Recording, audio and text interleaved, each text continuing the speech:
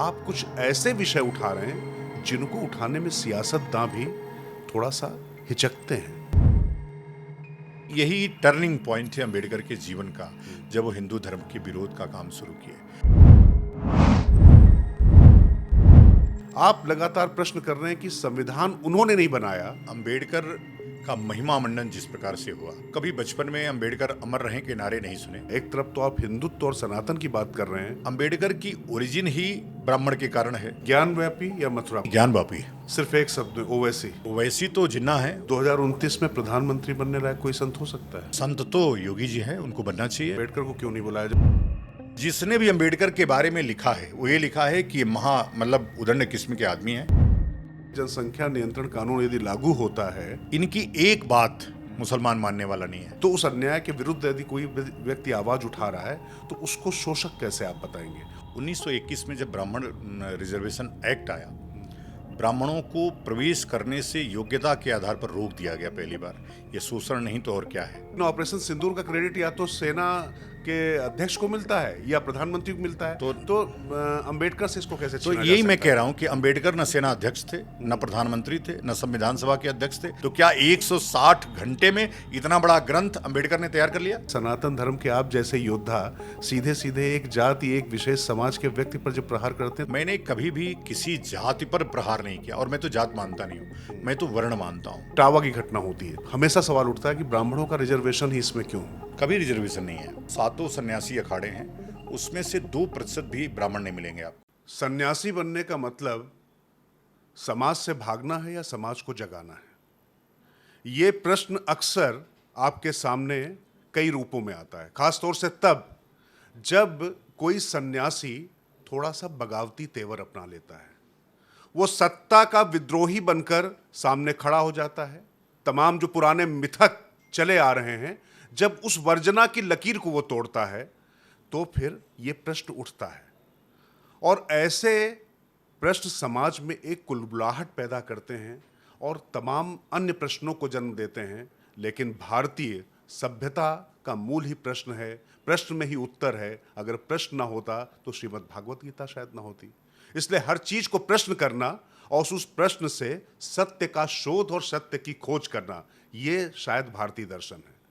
तो इसी भारतीय दर्शन और मीमांसा को आगे बढ़ाते हुए आज हमारे साथ जो अतिथि हैं वो किसी परिचय के मोहताज नहीं है। स्वामी आनंद स्वरूप जी हमारे साथ हैं। बहुत बहुत धन्यवाद आनंद स्वरूप जी, बुलंद भारत टीवी पर बात करने के लिए। नमो नारायण जी। बहुत प्रखर हैं आजकल आप।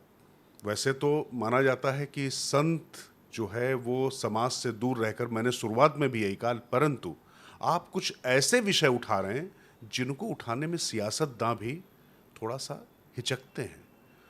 उनको लगता है कि डॉक्टर भीमराव अंबेडकर संविधान निर्माता के तौर पर निश्चित तौर पर उनका अतुलनीय योगदान है, बड़ा योगदान है। अगर राष्ट्र नायकों की बात होगी उनका होगा, लेकिन आप लगातार प्रश्न कर रहे हैं कि संविधान उन्होंने नहीं बनाया। इससे एक बड़ा वर्ग आहत हो रहा है। एक तरफ तो आप हिंदुत्व और सनातन की बात कर रहे हैं और उसी से जुड़े हुए एक वर्ग को आहत कर रहे हैं। ये विरोधाभास कैसा स्वामी जी? देखिए क्या है, मैं अंबेडकर को कभी एक तो अपमानित करने वाला प्रश्न ही नहीं है। मैं जो विषय उठा रहा हूँ वो ये है कि अंबेडकर का महिमा मंडन जिस प्रकार से हुआ, हम कभी बचपन में अंबेडकर अमर रहें के नारे नहीं सुने। हमने जवाहरलाल नेहरू अमर रहें, सुभाष चंद्र बोस अमर रहें, चंद्रशेखर आज़ाद अमर रहें, भगत सिंह अमर रहें के नारे सुने। लेकिन अचानक 90 के बाद जिस प्रकार से, मतलब कांसीराम के आने के बाद, कांसीराम के मित्र थे बीपी सिंह, बहुत क्लोज फ्रेंड थे दोनों। आप तो पॉलिटिकल जानकार मेरे से ज़्यादा हैं, तो आप जानते हो। नहीं, ऐसा मैं नहीं कह सकता, लेकिन हाँ, कांसीराम और बीपी सिंह दोनों अच्छे मित्र हो गए थे। उन कांसीराम के प्रभाव में अंबेडकर का महिमा मंडन बीपी सिंह ने शुरू किया, और एक वर्ग खुश रहे इसके लिए SC ST एक्ट लाए। और आपको पता है बीपी सिंह की सरकार बनाने में जो जनता पार्टी थी, जो अभी वर्तमान की बीजेपी है, उसका पूरा समर्थन था। उसी समय SC ST एक्ट आया जो भारत के संविधान पर एक कलंक था। अंबेडकर का जो ओरिजिन है, अंबेडकर की ओरिजिन ही ब्राह्मण के कारण है। अंबेडकर जो शब्द है वो एक ब्राह्मण ने उनको टाइटल दिया। अंबेडकर का जो शिक्षा दीक्षा है वो बड़ौदा के राजा ने किया जो क्षत्रिय थे। तो लेकिन यह सब धर्म का आवरण ओढ़ करके धर्म की सत्ता को आगे बढ़ाने वाले लोग थे। वहीं से अंबेडकर का उद्भव हुआ। अंबेडकर जब 1900 कोलंबिया से 1917 में आए, उन्होंने नौकरी किया। नौकरी वहाँ चली नहीं उनकी, कुछ ऐसा जो उनका स्वभाव था। उससे फिर जब निकाले गए बड़ौदा से, तो आकर के एक क्रिश्चियन स्कूल में नौकरी शुरू की। यही टर्निंग पॉइंट है अंबेडकर के जीवन का, जब वो हिंदू धर्म के विरोध का काम शुरू किए। उसी के बाद 1919 का जब मॉन्टेग्यू चेम्सफोर्ड सुधार आया भारत में, इलेक्शन हुआ, इन्होंने डिप्रेस क्लास जो अंग्रेजों की थियरी थी 1873 से, उस डिप्रेस क्लास को एक आरक्षण की मांग की। वो आरक्षण की मांग मानी गई और एकल संक्रमणी मत था उस समय, इसलिए उनको सीट दी गई। आगे चल कर के वो जब इसके सुधार की समीक्षा करने के लिए साइमन कमीशन भारत आया, जब साइमन कमीशन भारत आया तो अपना पक्ष रखने के बदले इन्होंने कहा कि हमको सेपरेट इलेक्टोरेट चाहिए, जिसको कि अंग्रेजों ने दे दिया। फिर अब गांधी को लगा कि इससे तो हिंदू धर्म कमजोर हो जाएगा, और उन्होंने कहा कि हम हिंदू नहीं हैं। ये बार बार दोहराते रहे अम्बेडकर कि हम हिंदू नहीं हैं। तो हमारा जो विद्रोह है, हमारा जो विरोध है, वो इसलिए है कि एक व्यक्ति जिसने संविधान के लिए कुछ न किया हो और उसका महिमा मंडन सिर्फ इसलिए कि दलित हमको वोट करे, और उसके लिए झूठी कहानियां गढ़ी गई। 1985 के पहले एक भी अंबेडकर की मूर्ति नहीं, और आज हर गली चौराहे कुचे पर उसी की मूर्तियां स्थापित की जा रही हैं। जो व्यक्ति हमेशा से मूर्ति पूजा के खिलाफ रहा, उसकी मूर्तियां क्यों स्थापित की जा रही हैं? जिस फेडरल स्ट्रक्चर को, जिस फेडरल कोर्ट को की स्थापना बी.एन. राव ने 1937 में किया अक्टूबर में, उस जो फेडरल स्ट्रक्चर आगे चल के सुप्रीम कोर्ट हो गई, और उस सुप्रीम कोर्ट में अंबेडकर की मूर्ति क्यों लग रही है? कोर्टों में अंबेडकर की मूर्तियां क्यों लग रही हैं? जबकि अंबेडकर हमेशा से अंग्रेजों के पक्ष में रहे। एक भी आंदोलन और एक भी एक्ट यदि अंबेडकर के हिस्से में होगा तो मैं ये आंदोलन वापस ले लूंगा। हम कह रहे हैं कि एक व्यक्ति जो द्वितीय गोलमेज सम्मेलन 1932 से, जब भारत का एक ही प्रतिनिधि सम्मिलित हुआ था जिसका नाम था बी.एन. राव, गांधी उसमें सम्मिलित हुए थे कांग्रेस के प्रतिनिधि के रूप में, अंबेडकर सम्मिलित हुए थे दलितों के प्रतिनिधि के रूप में, जिन्ना सम्मिलित हुए थे मुस्लिमों के पक्ष में।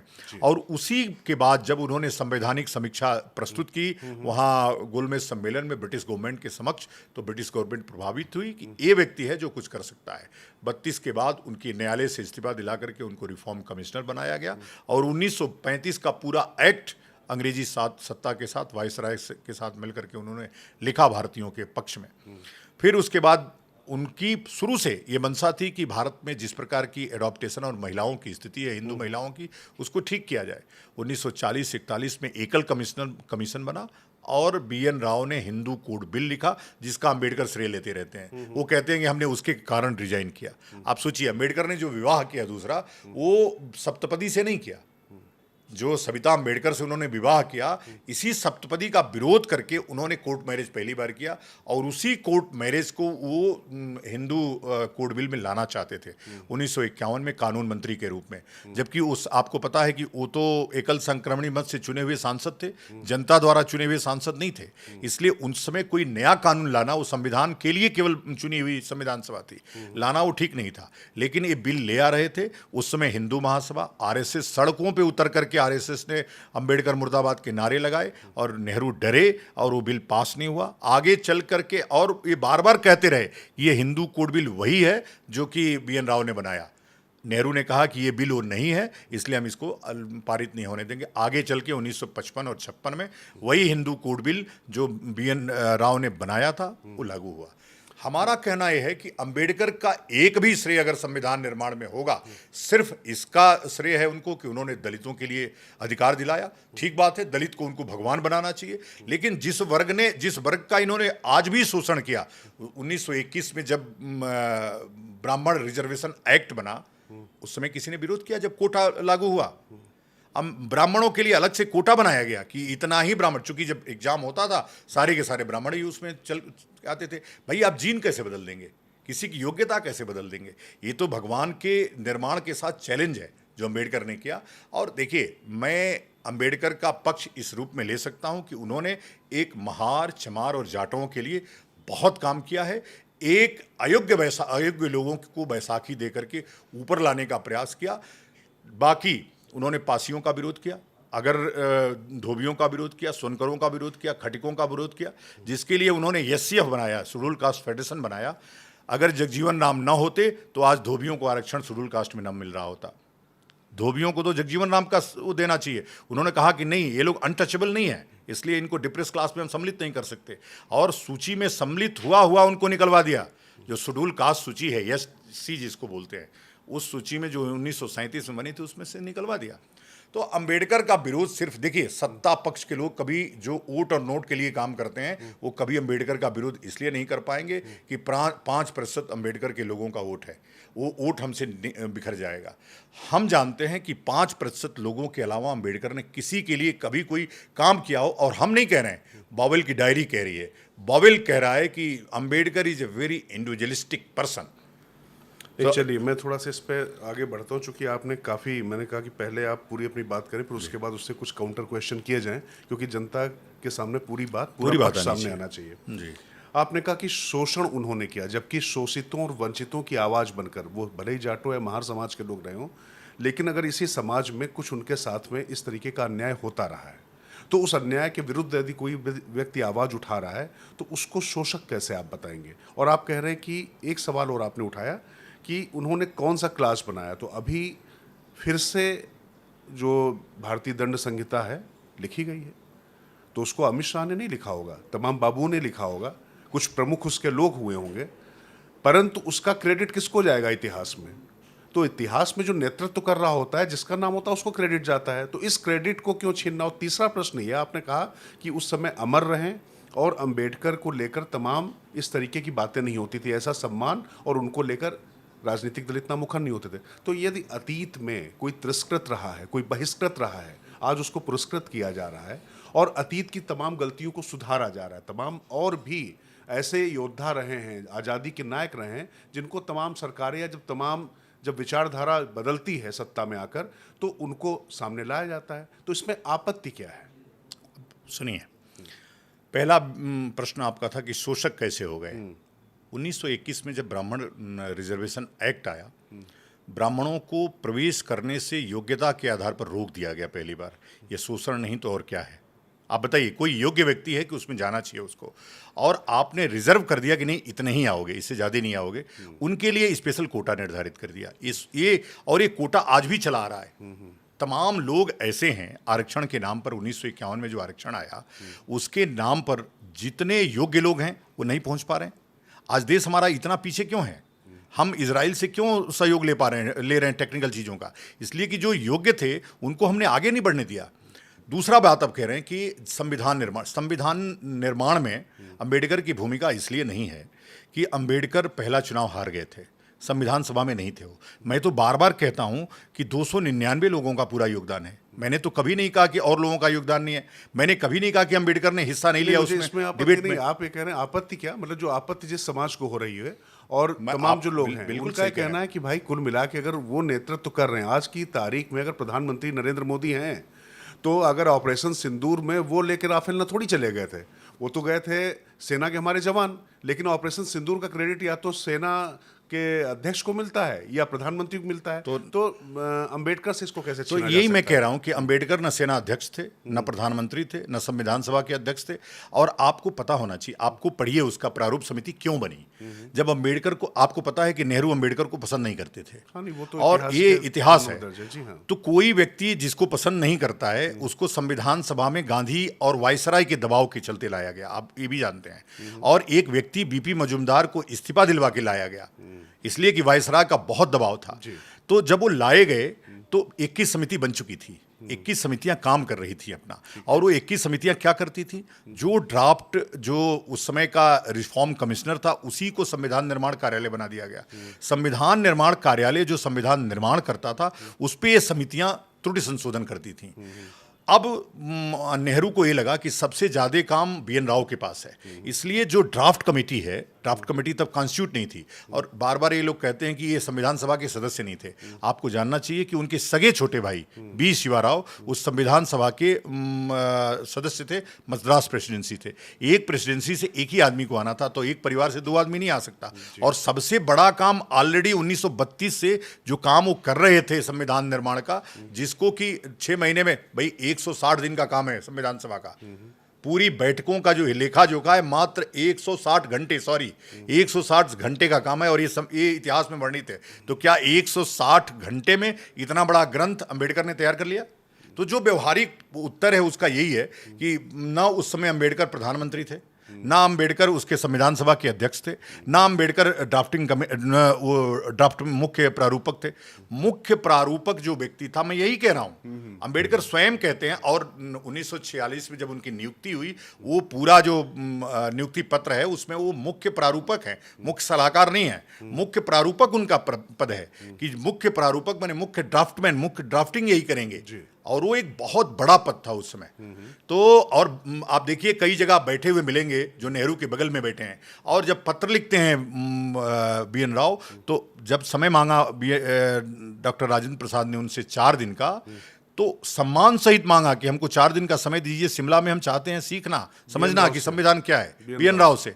उन्होंने कहा नहीं, मेरे पास 2 दिन का समय है, मैंने 2 दिन आपको दिया और 2 दिन मैं नेहरू को दूंगा, क्योंकि 2 दिन मुझे उनको भी समझाना है। तो 2-2 दिन दोनों, अंबेडकर को क्यों नहीं बुलाया उन्होंने कि भाई संविधान में आपने क्या बनाया है?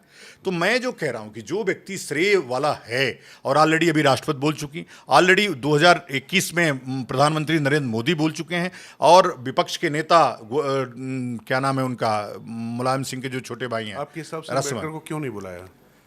कौन क्यों नहीं बुलाया अम्बेडकर को? क्यों नहीं बुलाया जब डॉक्टर राजेंद्र प्रसाद और नहीं, पंडित जवाहरलाल अंबेडकर जब भी देखिए, आज रावण है ना, आप कभी भी देखिए, जिसने भी अंबेडकर के बारे में लिखा है वो ये लिखा है कि मतलब उदंड किस्म के आदमी हैं, इसलिए इनसे बातचीत सामने संभव नहीं है। जब भी आते थे तो ऐसी बातें करते थे। एक आपको भरतपुर के राजा की भी कहानी पता होगी, शायद आप पढ़े ही होंगे, कि किस प्रकार से इन्होंने उनके साथ बदतमीजी की और उन्होंने क्या बदला लिया उनका। अब मैं ऑनलाइन नहीं कह सकता हूँ इस बात का, इतिहास में वो भी दर्ज है, छोड़ दीजिए। तो हमको ये लगता है कि अंबेडकर यदि नहीं पसंद करते थे तो उनको इसलिए ये बिल्कुल गैर जरूरी जो समिति थी, प्रारूप समिति, जिसका काम था त्रुटि संशोधन करके संविधान सभा को भेजना, यही उसकी ड्यूटी थी, इसके अलावा कुछ नहीं। और 25 नवंबर के अलावा कभी भी एक भी डिबेट में अंबेडकर भाग नहीं लिए। 25 नवंबर 1949 को एक डिबेट, जो फाइनल डिबेट थी, जिसमें कि कई लोगों ने कहा कि नहीं अंबेडकर की प्रारूप समिति ने बहुत काम किया, सबके प्रति वो हो रहा था, उसका कट एंड पेस्ट है यहाँ पे, छोटी छोटी वीडियो बना करके कि अंबेडकर कराने के लिए उसको वो कराया गया। लेकिन सबने एक स्वर में कहा कि इस पूरा परिश्रम एक व्यक्ति का है जिसका नाम है बी.एन. राव। आप टी.टी. कृष्णमाचारी से लेकर के जिसको उठाएंगे, जिसका भाषण 25 नवंबर 24 नवंबर का उठाएंगे, सबने एक स्वर में यही बात कही है। इसलिए मैं भी उस बात को कह रहा हूं कि नेपथ्य पे छुपा हुआ एक हीरा, जिसने इस देश के लिए इतना कुछ किया हो और उसका कहीं नाम नहीं, कहीं चित्र नहीं, कहीं फोटो नहीं, कोई भाई संविधान निर्माण के लिए नोबेल प्राइज के लिए नामित हुए हो, अंबेडकर क्यों नहीं हुए? अगर वो निर्माता थे तो हम संविधान निर्माण के लिए नोबेल प्राइज बी.एन. राव को क्यों दिया जा रहा था, क्यों नामित हुआ? तो ये प्रश्न है और ये उसका उत्तर है। देश की जनता को ये समझना चाहिए कि हम इस नाते नहीं कि एक वर्ग खुश हो जाएगा, एक वर्ग नाराज हो जाएगा, इसलिए कि नहीं हमको वोट चाहिए, नहीं हमको नोट चाहिए। ये सत्ता पक्ष को चाहिए जिसकी हैसियत नहीं है बोलने की। लेकिन मैं संत हूँ, मैं सत्य की स्थापना और सत्य सनातन धर्म की स्थापना के लिए काम कर रहा हूँ। जिसने भी सनातन धर्म पे आक्रमण किया और उसका राष्ट्रवाद के रूप में मान्यता हो, उसको धार्मिक व्यक्ति के रूप में उसकी पहचान बनाई जा रही हो, तो विरोध करना हमारा धर्म है। इसलिए हमने अपने हिस्से का विरोध किया और अंबेडकर का जो छुपा हुआ इतिहास था उसको उजागर करके देश के समक्ष रखने का काम किए। हमारा कहना है दलित वर्ग यदि चाहता, दलित वर्ग में भी जो 3 कास्ट, अगड़े दलित जिसको कहते हैं, पिछड़े दलितों के लिए अंबेडकर ने कुछ नहीं किया, हमेशा वाल्मीकियों का विरोध किया उन्होंने। और जितने भी पिछड़े दलित थे सबको कहा ये अनटचेबल नहीं है, जिसको नहीं रखना होता था विद्रोही बता देते थे और या तो अनटचेबल कह देते थे, ये अनटचेबल नहीं है, उसको नहीं रखने देते थे। नहीं, पर ये तो आपका पर्सपेक्टिव इस समय हो सकता है ना, वो उस समय जो परिप्रेक्ष्य में जो उस समय वो देख रहे होंगे, जो उनके सामने जो चीज़ें हो रही होंगी, उस हिसाब से उन्होंने वो फैसले लिए होंगे। और अगर वो दलित समाज उनको अपना नेता मानता है, मैं इसलिए कह रहा हूँ कि आप बार बार लगातार सनातन की बात करते हैं, और सनातन की बात करते करते ही जब प्रहार शुरू होता है तो खासतौर से जो वस्त्र पहना हुआ है भगवा आपने, वैसे तो बहुत पवित्र है और उसकी अपनी अलग महिमा है, सुनते ही तमाम श्रद्धालु झुक जाते हैं, एक अलग तरीके की भावना आती है। परंतु अभी जो इटावा की घटना होती है, चूँकि तत्काल जब मैं आपसे बात कर रहा हूँ तो ये हुई है इटावा घटना, वो गैर ब्राह्मण था व्यक्ति, वो कोई यादव था। अब उसको अगर वो वहाँ पर भागवत करने लगा, पाठ करने लगा, तो मतलब हमेशा सवाल उठता है कि ब्राह्मणों का रिजर्वेशन ही इसमें क्यों हो? कभी रिजर्वेशन नहीं है। अभी आज मैं अखाड़ा खोज के आ जाइए, पूरे अखाड़े में दावे के साथ इस बात को कह रहा हूं, 7 सन्यासी अखाड़े हैं, उसमें से 2% भी ब्राह्मण नहीं मिलेंगे आपको। 2%। हमने कभी नहीं पूछा है तुम किस फिर जाति से का। फिर से इसको रिपीट करिए। 2% भी 98% गैर ब्राह्मण गैर ब्राह्मण है। मैं ये बात दावे के साथ कह रहा हूं, आप पूरे हरिद्वार में केवल 6 साधु ब्राह्मण हैं, जिसका कि मैंने पता लगाया है।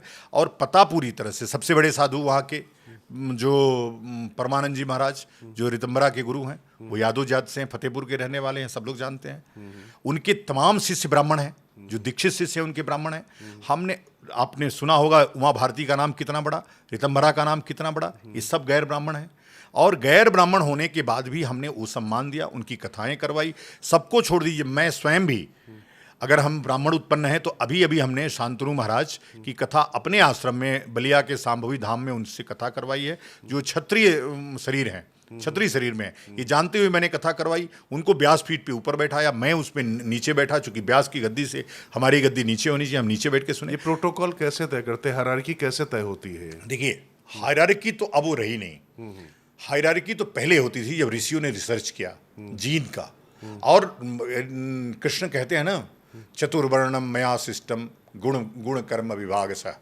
यह जो चतुर्वर्ण है ये हमने बनाया है, और यह गुण कर्मों के आधार पर बनाया है। तो जैसे जिसके गुण रहते थे, आज जो डीएनए कहते हैं आप, हम कई लोगों को कहते हैं भाई गिर गाय का दूध आपको और जर्सी गाय का दूध आपको, दोनों का मिले तो किसका पीना पसंद करेंगे? लोग यही बोलेंगे गिर गाय का दूध A2 मिल्क होता है, शुद्ध होता है, हम उसका पीना चाहेंगे। तो यही काम रिसर्च करके ऋषियों ने बनाया। आप जब भी संविधान के चश्मे से धर्म को देखेंगे तो आपको उसमें विकृति नजर आएगी, लेकिन जब धर्म के चश्मे से उस व्यवस्था को देखेंगे तो आपको अच्छाई नजर आएगी। आज जिस प्रकार से ब्राह्मणों पे चौतरफा अटैक हो रहा है, वो इसलिए भारत की ये दुर्गति हो रही है। जो जीन लेकर के पैदा हुआ था, वहां से जो योग्यता लेकर के पैदा हुआ था, उसको हथौड़े मार मार के आपने छोटा कर दिया। आपने जाति सर्टिफिकेट दिया और हमारे ऊपर जातिवाद का आरोप लगाया। भाई, हमने तो जात का सर्टिफिकेट लिया ही नहीं। जात का सर्टिफिकेट जिसने दिया और जिसने लिया, वो हमारे ऊपर जातिवाद का आरोप लगा रहा है कि आप जातिवादी हैं, आपने जाति बना दी। हमने बना दी, तुम समाप्त कर दो।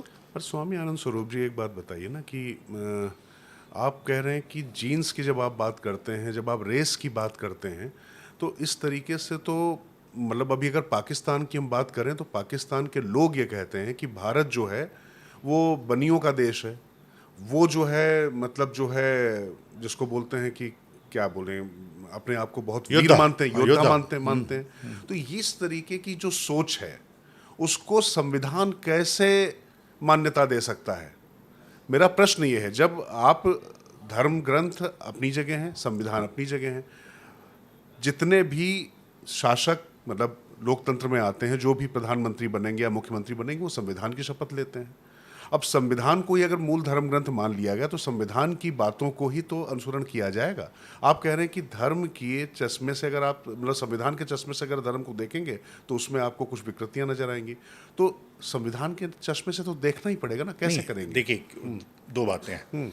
संविधान में ही अनुच्छेद 25 से 28 है जो धर्म का चश्मा बनाता है, और वो कहता है कि आप धर्म के लिए संस्थाएं बनाइए, धर्म के लिए नियम बनाइए, कानून बनाइए, और धर्म की रक्षा और प्रचार और प्रसार करिए। ये संविधान का अनुच्छेद ही 25 से 28 कहता है, उसी संविधान में वर्णित है। और देखिए, संविधान तो भी 75वां वर्ष गांठ अपनी मना रहा है। उसके पहले कैसे शासन चलता था और आगे कैसे चलेगा, ये जरूरी तो नहीं कि ये संविधान रही जाएगा, और ये जरूरी भी नहीं कि जो संविधान 75 वर्षों में 108 संविधान संशोधन कर चुका। मनुस्मृति में कोई परिवर्तन नहीं हुआ, गीता पे कोई परिवर्तन नहीं हुआ, भागवत में कोई परिवर्तन नहीं हुआ, जो याज्ञवल्क्य स्मृति जो हमारी संविधान ग्रंथ है उसमें कोई परिवर्तन नहीं हुआ, लेकिन संविधान में परिवर्तन हो गया। अच्छी बात है कि देश काल परिस्थितियों में, और अम्बेडकर स्वयं कहते थे राज्यसभा के भाषण में अपने, उन्होंने कहा कि अगर इस संविधान को जलाने वाला सबसे पहला कोई व्यक्ति होगा तो मैं बनूंगा, और उनके गुरु पेरियार ने जला भी दिया।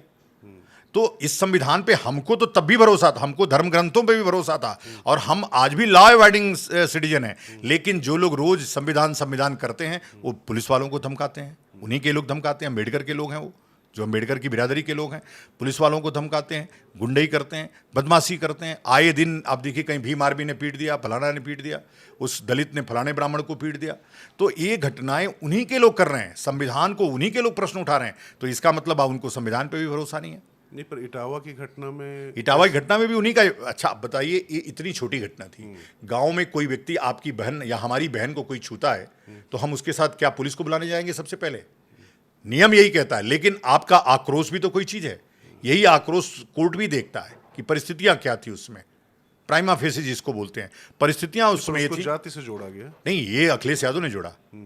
अखिलेश यादव ने अपने पुरस्कृत किया उन लोगों को जात के नाम पर। अखिलेश यादव अगर इसमें एंट्री न किए होते तो जातिवाद का वो नहीं पड़ता, और वो व्यक्ति झूठी कहानियां नहीं गढ़ता। उसने इतनी झूठी कहानी गढ़ी कि वो स्वयं अभी आज उसका विजिटिंग कार्ड पकड़ा गया, थाने ने उसके ऊपर भी एफआईआर दर्ज कर दिया है जब हम आपसे बात कर रहे हैं। तो उसने 2 आधार कार्ड रखा, और एक जगह नहीं, उसने जितनी जगह कथा कहा है सब जगह ब्राह्मण बन के कहा है। जरूरत क्या है? तमाम यादव कथाएं कह रहे हैं, तमाम दलित कथाएं कह रहे हैं, हम लोग सुन रहे हैं बैठ करके, टीवी पे सुन रहे हैं। योग्यता किसी जाति में नहीं होती। लेकिन नहीं, अभी कंट्राडिक्शन आ गया स्वामी जी। आप एक तरफ जीन की बात कर रहे मैं हैं, मुझे आप पता था जात कि की आप बात ये प्रश्न कर रहे हैं। करेंगे। जी बिल्कुल। लेकिन मैं ऐसा नहीं कहूंगा ना कि वो जर्सी गाय नहीं है। मैं तो मैं क्वालिटी इसलिए- की बात कर रहा मैं हूँ। इसलिए पूछ रहा हूँ कि हमने तो जो देखा अपने पुराणों में, जो देखा है, जो पढ़ा है कि जबाला का पुत्र सत्यकाम, जिसके पिता का पता नहीं, सब कुछ पता नहीं, उसको दीक्षा देते हैं।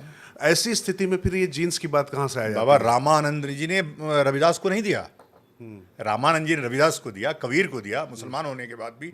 हमारे यहाँ कभी, यही तो मैंने कहा कि सदा से हमने योग्यता को ही पैमाना बना करके ये जीन बनाया, ये ब्राह्मण बनाया, क्षत्रिय बनाया, वैश्य बनाया, शूद्र बनाया, उसी को देख करके।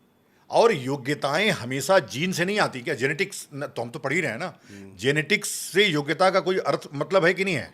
आप बताइए। विज्ञान क्या इसको नहीं कहता जिन बातों को मैं कह रहा हूं? विज्ञान भी तो वही कह रहा है। विज्ञान कहता है कि जीन से ये चीजें सब निकल करके आती हैं।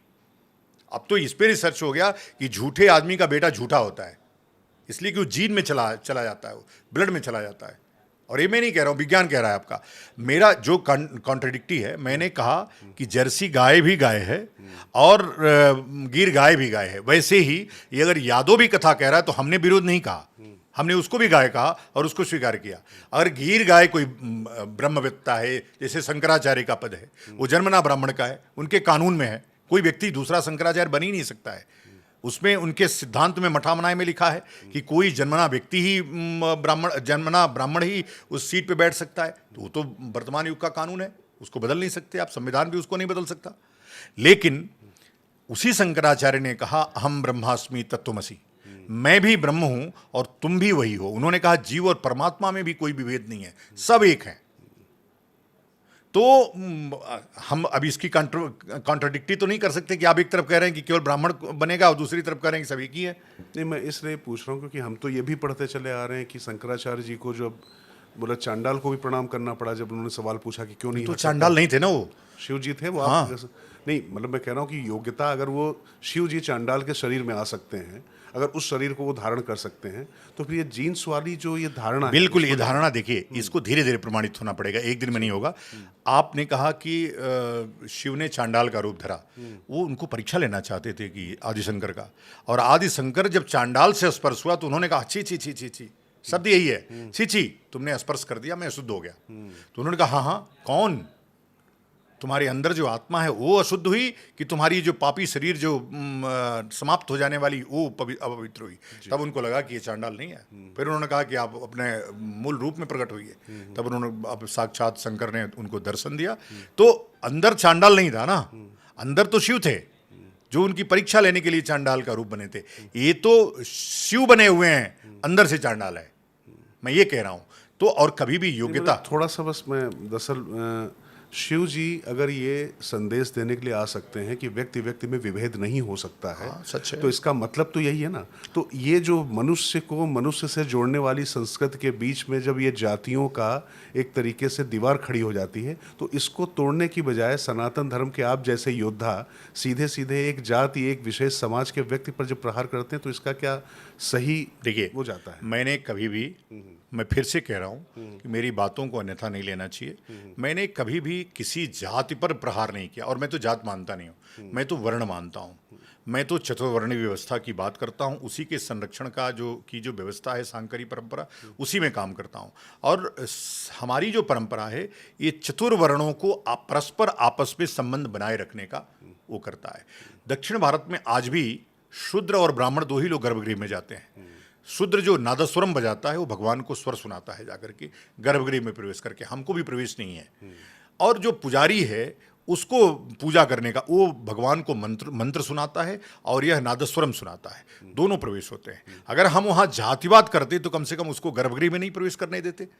तो जाति नहीं, आप उसको समझने में विभेद कर रहे हैं। आप अपने आप को लगातार कह रहे हैं कि मैं नीच हूँ, मैं नीच हूँ, मैं नीच हूँ, और नीच बनने की एक पूरी फेरिस्त खड़ी हो गई है कि मैं भी शूद्र, मैं भी शूद्र, मैं भी। अब अखिलेश भी कहते हैं मैं भी शूद्र, जबकि अभी 90 के पहले तो ये यदुवंशी क्षत्रिय थे, क्षत्रिय लोग थे। अपने आप को कहते हैं कृष्ण का वंशज हूं मैं, तो कृष्ण तो कोई वो थे नहीं, बैकवर्ड थे नहीं, वो तो भगवान थे। अगर कृष्ण के वंशज हैं तो क्षत्रिय हैं आप। और क्षत्रिय कोई हम क्यों भुजाओं से निकाले हुए बताए? इसलिए कि उसकी जो जीन है वो युद्ध करने वाला है। ब्राह्मण का जो जीन है वो बुद्धि से काम करने वाला है। वैश्य का जो जीन है वो व्यापार करने वाला है। और जो शूद्र का जीन है वो सेवा करने वाला। और शूद्र एक ही शरीर है, ऐसा नहीं कि पैर काट देंगे तो वो मनुष्य कहा जाएगा, तो बिना पैर वाला मनुष्य कहा जाएगा। हाथ काट देंगे तो बिना हाथ वाला मनुष्य कहा जाएगा। और गर्दन काट देंगे तो सब समाप्त हो जाएगा। तो एक ही शरीर में चारों हैं, चारों वर्ण हैं। अब लोग कहते हैं कि ये लोग तो मुंह से पैदा हो गए। अब एक कहानियां बना बना के तरह तरह की अपमानजनक शब्द, उस पर नहीं जाना चाहिए। लेकिन हम लोग जात डिप्रेस क्लास से आई, और डिप्रेस क्लास की थियरी अंग्रेजों ने गढ़ी। उस अंग्रेजों की थियरी को अंबेडकर आगे लेकर के आए, और फूले आगे लेकर के आए। फूले के बाद फिर अंबेडकर उसको आगे लेकर के आए, और अंबेडकर के बाद आज 75 वर्ष बाद भी वो पूरी डिप्रेस क्लास की थियरी चल रही है। अंग्रेजों का जो रटा रटाया बनाया हुआ बांटो और राज करो का कानून था, वो आज भी लागू है। और अब तो यहाँ तक बात हो रही है कि किसी के माइल के लाल में हिम्मत भी नहीं है कि वो जो डिप्रेस क्लास की थियरी अंग्रेजों ने गढ़ी उसको समाप्त कर दे, मतलब आरक्षण समाप्त कर दे। चलिए थोड़ा सा विषयांतर करते हैं, क्योंकि मुझे लग रहा है कि चर्चा जो है लगातार इसी पर हम लोग करते रहेंगे, और हरी अनंत हरी कथा अनंता के तरीके से रहेगी। लेकिन महाराज मनु पर भी चर्चा कर लें, तो उस पर भी आप बहुत प्रखर रहे हैं। जब चतुर्वर्ण की आप बात कर रहे हैं तो उसको लेकर, जो खास तौर से शूद्रों के प्रति जो श्लोकों को लेकर, अभी मैं थोड़े दिन पहले यहीं पर स्वामी दीपंकर से भी चर्चा कर रहा था, तो उन्होंने कहा कि कुछ ऐसे श्लोक हैं कि 1400 कुछ श्लोक जो हैं वो पता चला कि मनु संहिता के हैं ही नहीं, वो अलग से बाद में डाले गए। पर ये परिस्थिति ऐसी है कि मनुवादी तुरंत करार दे दिया जाता है। आप जैसे संत हैं, आपने भगवा वस्त्र पहना हुआ, तो आपको तत्काल मनुवादी करार दे दिया जाएगा। और मनुवाद का मतलब शोषक वर्ग, और उसको सीधे सीधे ब्राह्मण जोड़ा जाता है। तो वैसे वैवस्वत मनु ब्राह्मण थे नहीं, वो तो क्षत्रिय थे सर। तो वही मैं पूछ रहा हूँ कि मतलब ये जो चीज़ें हैं, इनको जनता को बताने की बजाय, समाज को बताने की बजाय, इस पर जो अभी तक भी संघर्ष आ रहा, तो इसमें क्या आप मानते हैं कि देखिए क्या है, संत समाज की असफलता भी इसके पीछे? बिल्कुल, संत समाज नहीं, वही जो वर्ग संघर्ष हो गया उसमें भी आकर के, इसलिए धर्म में भी आरक्षण लागू चाहिए। इसलिए है क्या कि जो वो था, क्या नाम था उसका, जिसने मनुस्मृति लिखी, एक अंग्रेज था वो, अंबेडकर के पहले, नाम उसका भी आ जाएगा। उसी के मनुस्मृति को बांट करके पढ़ाया गया, जिसमें कि कान में, शूद्र के कान में शीशा की, ताकि वेद न सुन ले। अगर ऐसा हुआ होता तो वाल्मीकि वेद पढ़ के राम इतना बड़ा महाकाव्य कैसे रच लेते? तो ये कॉन्ट्रडिक्टिव वही है उनकी बातें। अगर मनु शब्द के, अब अपने आप को मनुष्य कहते हैं, मनुष्य कौन है? जो मनु को मानता है, मनु के संविधान को मानता है, मनु के बताए गए रास्ते को मानता है, मनुस्मृति के सिद्धांत को मानता है। और पहला कानून कि इसको ऑर्गेनाइज किया जाए, अंगिरस से भी पहला कानून बनाने वाले इस देश में, कि डिसिप्लिन बनाना बहुत आवश्यक है, नियम कानून बनाना बहुत ज़रूरत है, तभी जाकर के धर्म की सातत्यता बनी रहेगी, वो मनु महाराज है। और इस पे एक बार नहीं, सैकड़ों बार इस देश में संवैधानिक रूप से चर्चा हो चुकी है। जब राजस्थान में अंबेडकर, अरे उनकी मनु की मूर्ति लग रही थी, तो कानून के संस्थापक के रूप में लगी, और वो ऑर्डर हुआ भारत के सर्वोच्च न्यायालय के संवैधानिक पीठ से, वो ऑर्डर पढ़ना चाहिए उस ऑर्डर में। और उस ऑर्डर में माना है कि कानून के संस्थापक या कानून के निर्माता, प्रथम कानून के निर्माता मनु है। तो अभी जो मनु के बारे में भ्रांतियां फैलाई गई वो भी अंग्रेजों के द्वारा फैलाई गई और उनको डिप्रेस क्लास लाना था, हिंदुओं को कमज़ोर करना था। पहले उन्होंने मुसलमानों को हमसे अलग किया, फिर उसके बाद इनको अंबेडकर के नेतृत्व में इनको अलग किया, बुद्धों को कांग्रेस ने अलग किया, फिर जैनों को अलग किया। लगातार ये चल रहा है कि कैसे छोटा हो। अब तो आपने देखा ही होगा, कांग्रेस ने पिछली बार दक्षिण भारत में लिंगायतों को अलग करके एक कानून बनाया कि ये भी अलग है।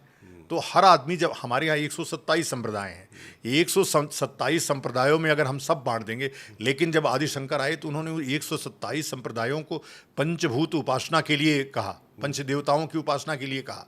और पंचदेव उपासना तब से सभी संप्रदाय के लोग कर रहे हैं और आज भी अनवरत चली रही है और वही हमको जोड़ करके रखता है। कुंभ की तरह, कुंभ में जैसे सारे संप्रदाय के लोग आकर के एक मंच पर, एक घाट पर स्नान करते हैं, वैसे ही मनु महाराज ने भी जो नियम कानून बनाए वो सबके लिए बनाए। और यह भ्रांतियां दुनिया भर की जोड़ जोड़ के जिसको हम छेपक बोलते हैं, छेपक उसमें जोड़े गए और छेपक जोड़ करके उसको विकृत किया गया।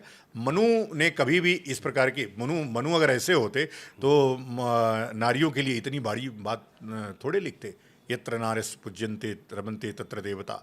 नारियों के लिए जो व्यक्ति इतना, और उनके काल में उन्होंने कहा कि नारियों को पढ़ना सबसे आवश्यक है, इसलिए कि बच्चे की प्रथम शिक्षक वही होती है, इसलिए उनको उनके शिक्षा पर विशेष ध्यान था उनका। और इन्होंने कहा कि नारियों के खिलाफ काम किया। चलिए अब थोड़ा सा रैपिड फायर की तरफ बढ़ते हैं, लंबे लंबे हो गए जी। आपके हिसाब से सनातन संस्कृति और संविधान साथ साथ चल सकता है, नहीं चल सकता है? नहीं चल सकता है, चलता आया है, अभी से नहीं, राजाओं के काल में चलता आया है। जब से सनातन संस्कृति है और तब से राजा रहे हैं, राजा अपने अपने नियम कानून बनाते रहे हैं। राम राज्य के अलावा कभी मनु की सत्ता स्थापित भी नहीं रही, सब राजाओं की अपनी अपने कानून होते थे, राजा जो बोलते थे वही कानून थे। दोनों बिल्कुल साथ चल सकता है। और कभी ऐसा आपको लगता है कि जो व्यवस्था है पूरी, वो चाहे कोई भी सरकार हो, वो आपको इनटॉलरेंट या असहिष्णु साबित करने में मतलब लगी रहती है? ऐसा कुछ नहीं है, वो तो सबको लगता है। अब क्या है कि ये पूरा जो डेमोक्रेसी है वो वोट बैंक पे चलती है। जिसका वोट बैंक भारी है, इस देश में रामचरितमानस को जलाने के बाद कुछ नहीं होता है, लेकिन आप इस्लाम के खिलाफ एक शब्द बोल दीजिए, अब देखिए, इसलिए कि वोट बैंक है, पूरी सरकार लग जाती है आपके खिलाफ। तो जैसे अभी अम्बेडकर के खिलाफ आप कुछ एक शब्द बोलिए, देखिए कल को क्या हो जाता है। नहीं, आप तो लगातार बोल ही रहे हैं। हम तो, उनकी मजबूरी है, चूंकि मैं भगवा में हूँ और मैं मुखर हूँ, प्रखर हूँ, एक दो बार गिरफ्तार करके देख भी चुके हैं उसका परिणाम उनके साथ क्या हुआ है। तो उनको पता है कि मेरे ऊपर जब मुकदमा होगा तो उसका दुष्परिणाम सरकारों को झेलना पड़ेगा। अच्छा, क्या धर्मनिरपेक्षता आपको लगता है कि मतलब वाकई मतलब ये सिर्फ हिंदुओं पर ही लागू होती है? देखिए क्या है, धर्मनिरपेक्षता शब्द दुनिया की किसी शब्दावली में है नहीं, किसी शब्दकोश में भी नहीं है। तो यह जो गढ़ी हुई एक कहानी है, और ये भी हिंदू धर्म को दबाने के लिए, समाप्त करने के लिए, उसकी जड़ खोदने के लिए एक शब्दावली का प्रयोग है। यह मुस्लिमों के तुष्टीकरण के लिए ही प्रयोग हुई, ये गजवाए हिंद स्थापित करने के लिए हुई। तो यह सब मुस्लिमों की शब्दावलियाँ हैं, जिसको आप गजवाए हिंद की शब्दावली कह सकते हैं। आप जब गजवाए हिंद बोल रहे हैं तो मुझे 2047 में प्रधानमंत्री मोदी का विकसित भारत का स्लोगन याद आ रहा है, और एक दूसरी तरफ याद आ रहा है कि 2050 तक जो है वो हिंदू अल्पसंख्यक हो जाएंगे यहाँ पर। हाँ, अभी भी 9 राज्यों में तो अल्पसंख्यक हो गए हैं। जिस प्रकार से अभी जनसंख्या का नियंत्रण हिंदुओं पे लागू है और आजकल के युवा पीढ़ी में भूत सवार है अपने फैमिली प्लानिंग का, वो तो लगी रहा है। और एक तरफ वो फैमिली बढ़ाने में लगे हैं, हमारी तरफ लोग फैमिली प्लानिंग में लगे हैं। तो वो तो वैसे ही, ये तो वार है। और जनसंख्या जिहाद है, वो जिहाद हावी हो जाएगा, चूंकि और चीज़ों से वो जीत नहीं पा रहे हैं। तो अब उनको लगता है जनसंख्या जिहाद से हम जीत सकते हैं, और परिणाम सामने हैं आपके। आज वो 30% के आसपास हो गए, और जब वो 2% थे और हम 95% से 70% आ गए, तो परिणाम दिख ही रहा है ना। 2050 क्या हो, जनसंख्या नियंत्रण कानून को लेकर आपकी राय? मैं तो बिल्कुल इसके पक्ष में नहीं हूँ। जनसंख्या नियंत्रण कदापि लागू नहीं होना चाहिए। हर व्यक्ति को मिनिमम कम से कम 4 से 5 बच्चे पैदा करना चाहिए, ये मिनिमम है। इसलिए कि तमाम देखे जा रहे हैं रिसोर्सेज। नहीं, देखो, हम तो जब हमारे माता पिता 10 भाई बहन थे तो भी रिसोर्सेज थे, सब अच्छे खासे पढ़ करके आगे बढ़े। और आज जब एक बच्चे है तो भी भूखों मर रहे हैं, तब भी शायद आबादी तब राशन नहीं, आप आबादी नहीं थी, खेत तो उनका नहीं बढ़ गया, खेत तो उनका वही था और इतनी टेक्नोलॉजी भी नहीं थी, उसी खेती से सब लोग भोजन कराते थे। तो यह जो नैरेटिव है गलत है और यह रॉन्ग थ्योरी है भारत के परिप्रेक्ष्य में। भारत हिंदुओं का अंतिम देश है। यदि हमने जनसंख्या नियंत्रण लागू किया तो यह भी एक इस्लामिक गजवाए हिंद के पक्ष में होगा। वो तो अपनी कंट्रोल करने वाले नहीं है, वो आज भी शरिया से चलते हैं। हम अपने धर्मशास्त्रों को आपको छोड़ते लगता जा है रहे कि हैं। जनसंख्या नियंत्रण कानून यदि लागू होता है, जिसके लिए अभी फिलहाल की मोदी सरकार थोड़ी प्रतिबद्ध कहूँ या दिखाई पड़ रही है उस दिशा में जाती हुई, और राष्ट्रीय स्वयंसेवक संघ भी लगातार इस मुद्दे को उठा रहा है, आपको लगता है कि ये भी जो है हिंदुओं के खिलाफ जाएगा, जबकि इसके पीछे माना जाता है और जो तमाम जो उलेमा हैं, तमाम मौलवी हैं, उनको लगता है कि उनकी स्वतंत्रता को, उनके धार्मिक अधिकारों का हनन होगा, लेकिन आप भी उसी तरीके से सोच रहे हैं? मैं दो बातें पूछ रहा हूँ। इन्होंने शरिया के कानून 3 तलाक को समाप्त किया, क्या वो मान गए इनकी बात? इनकी एक बात मुसलमान मानने वाला नहीं है। जब भी आप सीए ले आते हैं मान जाता है, आप ला करके होल्ड किए हुए हैं, आपकी हिम्मत नहीं कि लागू कर दीजिए उसको। वैसे ही जनसंख्या नियंत्रण कानून आप लाएंगे, आप कुछ नहीं बिगाड़ पाएंगे। अंत में क्या होगा कि अभी आंध्र प्रदेश ने जनसंख्या नियंत्रण कानून 2 बच्चों वाला हटा दिया, तेलंगाना ने हटा दिया, कर्नाटक ने हटा दिया, तमिलनाडु ने हटा दिया। वो जो था उनका राज्यों ने धीरे धीरे हटा दिया, चूंकि वो देख रहे हैं कि उससे किसको फायदा हो रहा है। तो जो लोग हिंदू के पक्ष में, वो जनसंख्या नियंत्रण के पक्ष में कतई नहीं हो पाएंगे। यह भी एक इस्लामिक सोच है और मुझे लगता है कि कहीं ना कहीं आरएसएस की जो लॉबी है उसमें कोई इस्लामिक व्यक्ति घुस गया है जो उनको लगातार कमजोर कर रहा है। जो हिंदुत्व के नाम पर पूरी आरएसएस खड़ी हुई, जो अंबेडकर के विरोध के ऊपर खड़ी हुई, आज वो इस्लाम के पक्ष में भी हो गई और अंबेडकर के पक्ष में भी हो गई। आप अक्सर धर्मांतरण शब्द का इस्तेमाल करते हैं कि मतलब क्या, तो ये मतलब एक संगठित साजिश आपको दिखाई पड़ती है क्या इसके पीछे? नहीं, मुझे नहीं। ये तो देखिए क्या है, हिंदू भोला भाला है।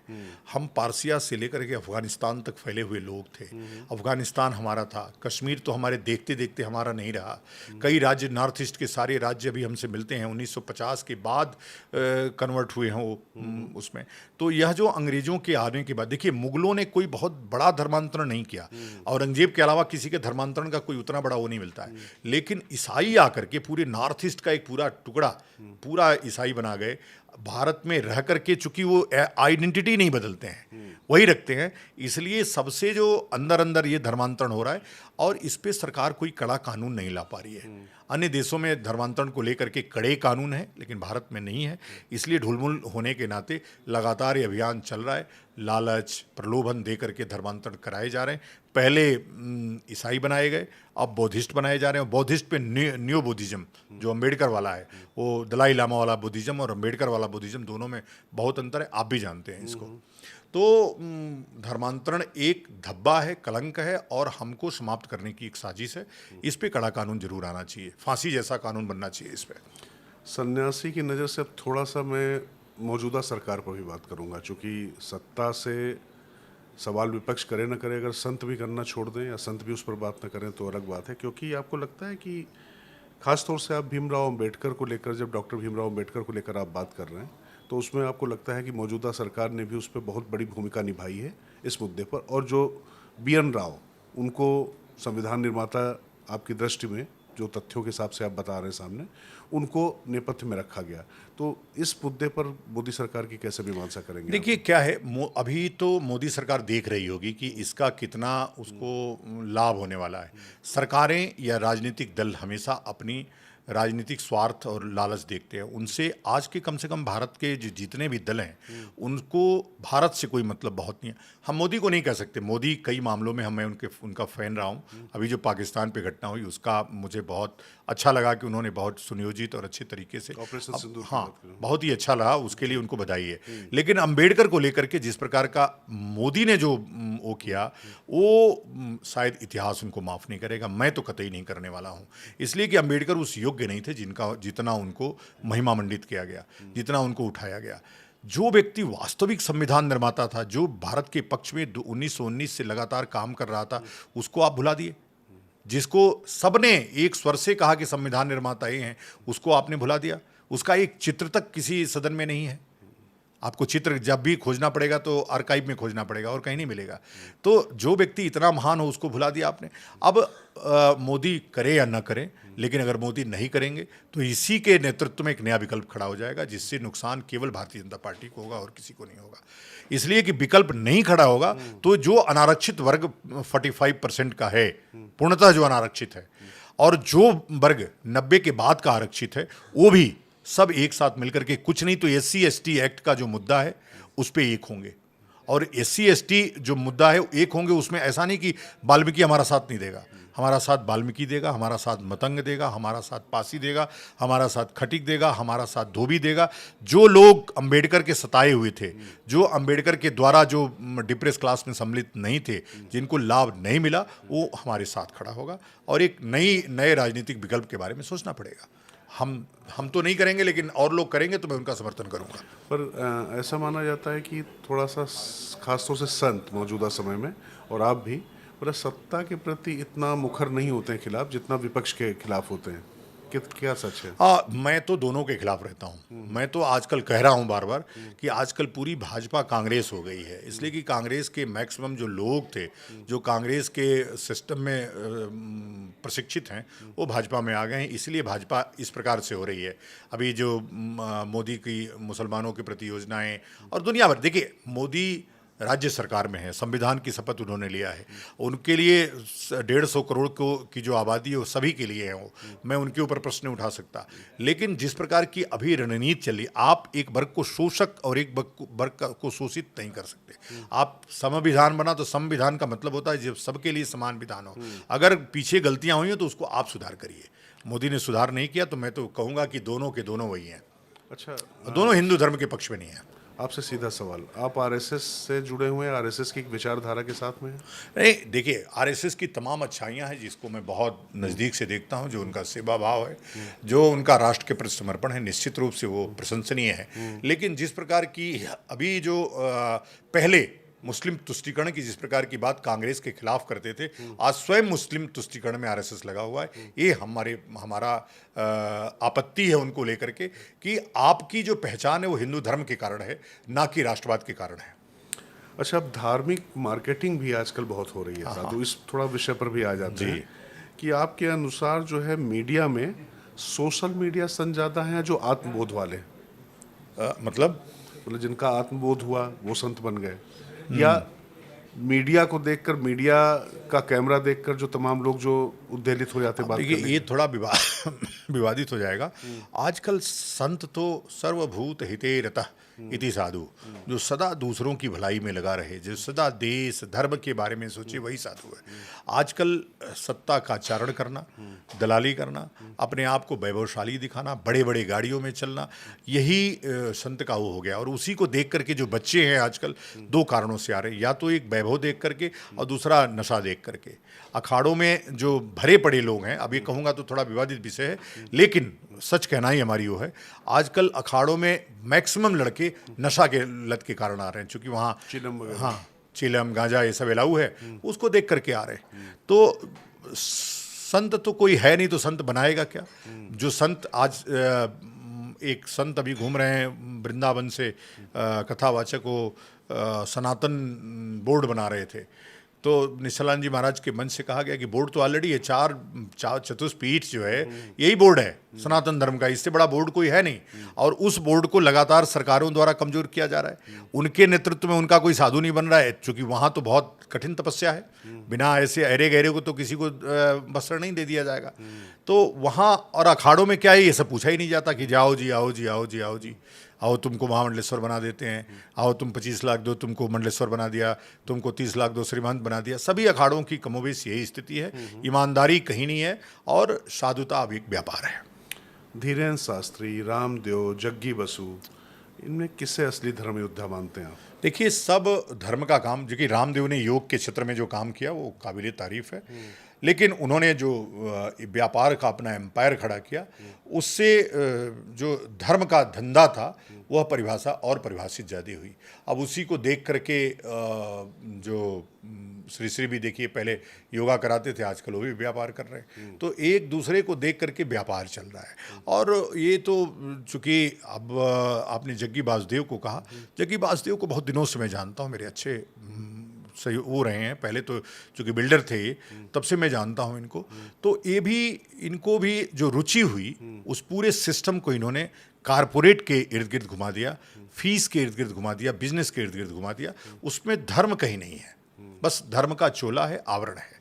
जो धर्म है आज भी जो संरक्षित हो रहा है, वो केवल सांकरी पीठों में, रामानंदी पीठों में, रामानुज की पीठों में, माधवाचार्यों की पीठों में यही हो रहा है, निम्बारकाचार्य के पीठों में, वल्लभाचार्य के पीठों में, और कहीं धर्म का काम नहीं हो रहा। बाकी सब ये, और जनता को भी ये समझना चाहिए, बाकी ये जो हम पीठे बोले हैं, जो जितनी, वही वास्तव में धर्म का आचरण भी कर रहे हैं, धर्म का ज्ञान भी दे रहे हैं। बाकी के चक्कर में पड़ोगे तो ये सब गुरु घंटाल हैं, सब आपको गर्त में डालेंगे। धीरेन्द्र शास्त्री जी अभी बच्चे हैं, और जो परंपरा पहले ओझा सोखा की गांव में चलती थी, उसको इन्होंने कारपोरेट की तरह बढ़ा दिया। और आज आप देख ही रहे होंगे कि पहले छतरी भी नहीं थी, आज बड़ी बड़ी जहाज, बड़ी बड़ी गाड़ियाँ, गुच्ची का चश्मा, में चल रहा है। अब ये सब गुच्ची उच्ची तो सब ठीक ही बात है, जब पैसा है तो गुच्ची तो आ ही जाएगा ना। गुच्ची कौन सा 50,000 का चश्मा है, वो कोई बड़ी बात नहीं है। जो जहाज़ों से चल रहे हैं, लगातार जहाज़ों से चल रहे हैं, और निश्चित रूप से इस पे सरकारों को अंकुश लगाना चाहिए।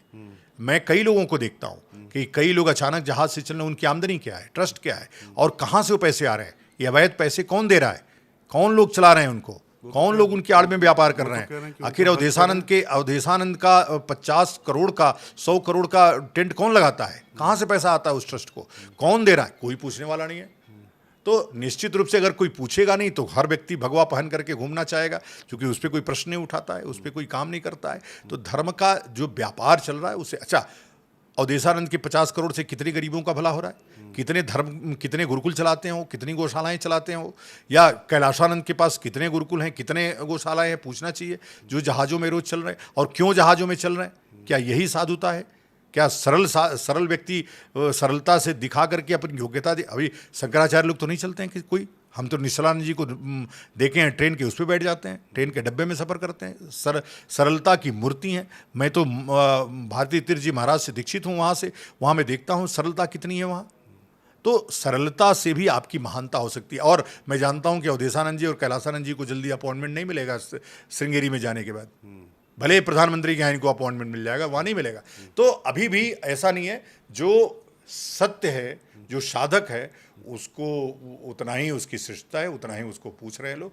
तो यह जो अभी धीरेन्द्र कृष्ण शास्त्री जैसे लोग हैं, ये धर्म के धंधे में शामिल हुए हैं, पाखंडवाद को धर्म धंधा पूरा और पाखंड को उसका माध्यम बनाए हैं। देखिए, जिस काम को आदि शंकर ने निक्षेपित कर दिया, समाप्त करा दिया, इसी पाखंड को समाप्त कर लिए, कुमारिल भट्ट को समाप्त करने के लिए, मंडन मिश्र को समाप्त करने के लिए, जब ये ओझा सोखाई को काम तो करते थे मंडन मिश्र, मितंडावाद फैलाते थे, तभी तो इतना बड़ा शास्त्रार्थ हुआ। और उसको पूरी मीमांसकों को, जो अभी ओझा सोखा है जिसको तब मीमांसक बोलते थे, वो उसको पूरा समूल नष्ट किया, और फिर से सनातन धर्म की पुनर्स्थापना की।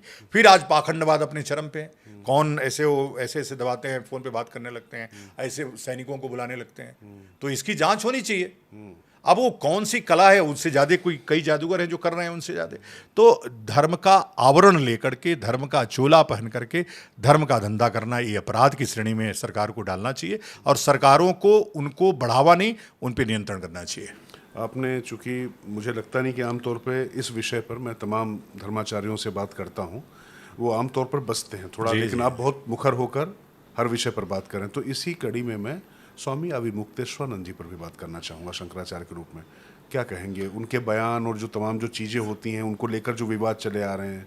देखिए, स्वामी अवमुक्तेश्वरानंद के साथ मैं लंबे समय तक रहा हूँ, और मैं जानता हूँ कि इस देश के जो श्रेष्ठतम योग्य लोग हैं, उसमें अवमुक्तेश्वरानंद जी अग्रणी हैं।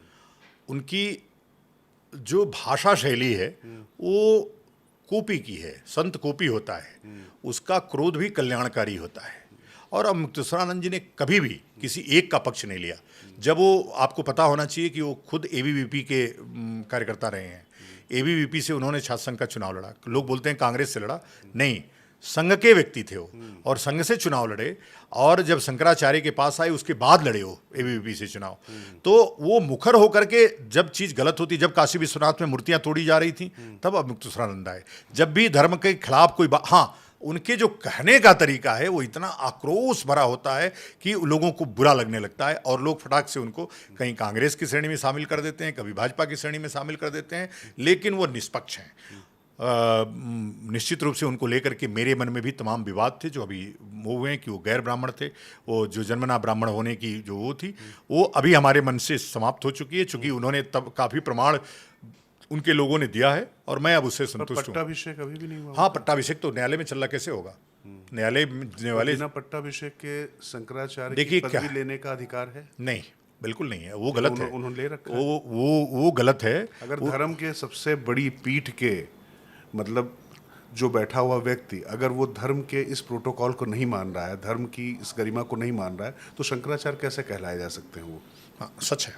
अब देखिए क्या है इसकी, अब देखेंगे तो फिर पूरी पीठ भी इसी विवाद में आ जाएगी ना, इसलिए मैं उसको विवाद में नहीं जाना चाहता हूँ। निरंजन देव तीर्थ जी ने ही ये जो राजा वो थे दूसरे व्यक्ति जो शंकराचार्य बनाया जिनको, उनको शंकराचार्य घोषित करा दिया।